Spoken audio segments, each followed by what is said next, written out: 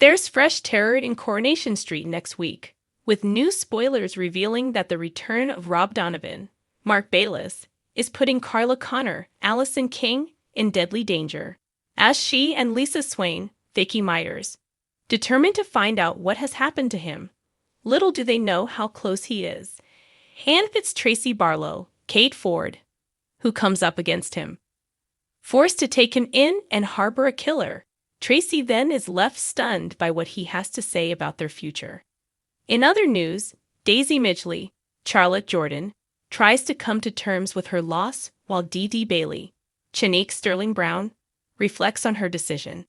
As Evelyn opens her birthday presents, she explains to Fizz and Tyrone that she needs to help her addict daughter not push her away. Desperate for a fix, Cassie calls a dealer. When Ken overhears Tracy telling Evelyn, Roy, and Nina how Cassie spent the night in the ginnel, Ken's disgusted while Evelyn's worried sick.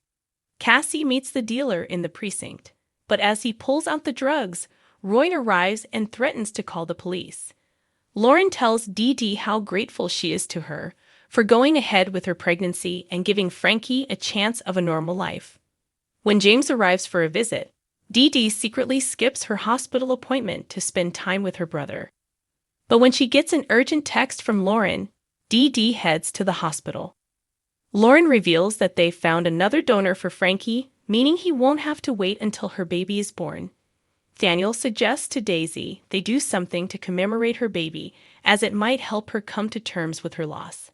Daisy tells Kit her plans for a small memorial, but he seems disinterested.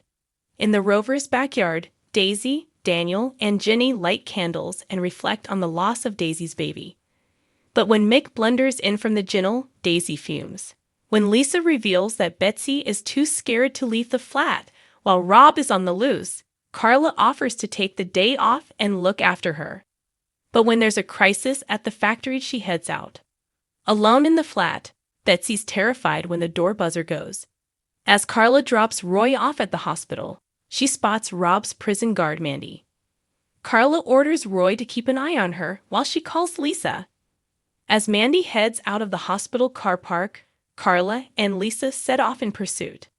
Meanwhile, back on the street, Tracy is shocked to come face to face with Rob in the ginnel. When James suggests to Dee Dee that he and Danny could adopt her baby and provide it with a loving and safe home, Dee Dee's stunned. How will she react? Daniel has a word with Dylan and warns him to steer clear of Brody.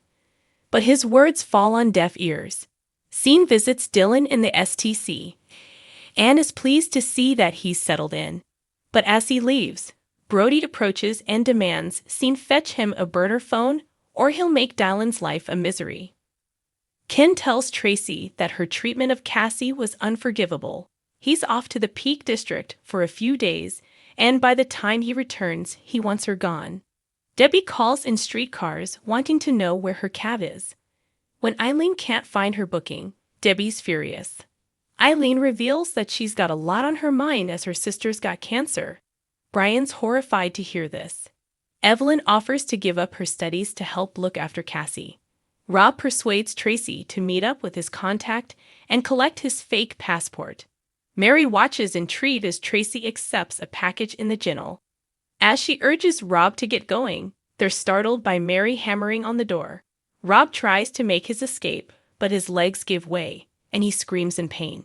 Tracy manages to get rid of Mary, but when she enters the kitchen, she's horrified to see Rob lying on the floor.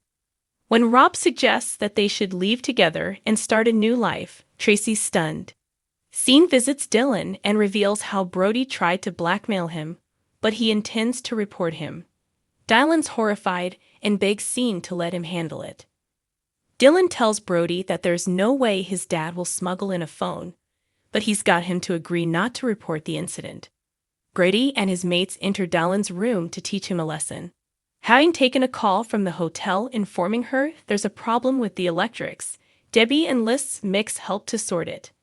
When Mick explains that it was a planned outage and she was sent an email from her energy company, Debbie's adamant she never received it and refuses to pay Mick.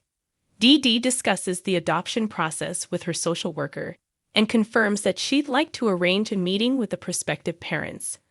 Over lunch, Julie explains to Eileen and Todd that she wants to discuss her funeral. Eileen can't face it and heads out.